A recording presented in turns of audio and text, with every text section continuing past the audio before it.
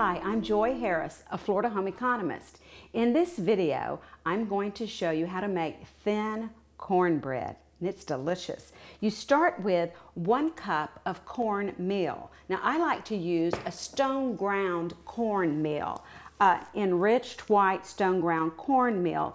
And the reason I like to use the stone ground meal is because I think the flavor is so much better. When meal is processed, they use heat, but if you use the stone ground meal, it's a water-turned wheel that grinds the corn to make the meal, and it is delicious. So you can do this recipe with other types of cornmeal, but that's my preferred cornmeal, and because there's only 4 ingredients in the recipe. Well, one of them is 3 tablespoons of corn oil. That goes into a black iron skillet, and you need to turn it up to high because you want to preheat the skillet. While the skillet's preheating, to the 1 cup of the cornmeal, add 1 cup of hot water. Now, I have a little more than a cup of hot water in my measuring cup here because I want to see what the consistency of this is. And while I'm stirring that in, I'm also going to stir in the salt. It's about a teaspoon of salt. I like mine a little salty. It almost tastes like corn chips, only a little bit better. That's not quite enough water, so I'm going to add some more because you want it a little bit runny so that you can pour it into the hot skillet. You can just use a fork to stir the batter together or a spoon, depending on what you want the surface of it to look like, and I'll show you that in just a minute because you can take the tines of the fork.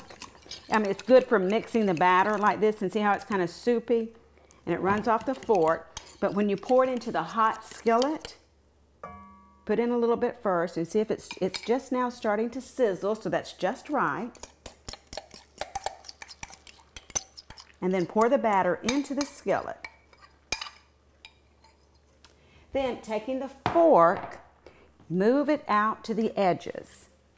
And I'll try to show you a little bit of that if I can. You want to spread the batter across the entire bottom of the pan because it's not going to run to the bottom.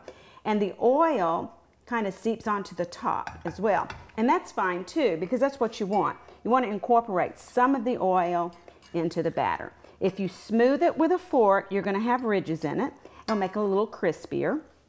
If you smooth it with a spoon, as I'm going to do here, you're not going to have as many ridges, and it'll be one thick or one thin big corn chip. Smooth it out and then turn off the unit that you're cooking it on. You want to turn it completely off, cover up any holes in the batter, and then this goes into the oven at 400 degrees for 40 minutes. When you're finished, you have the most delicious thin cornbread. And here you can see the ridges that I created with my fork, or if you smooth it out, pie-shaped corn chips. It's absolutely delicious. I'm Joy Harris, and that's how you make thin cornbread.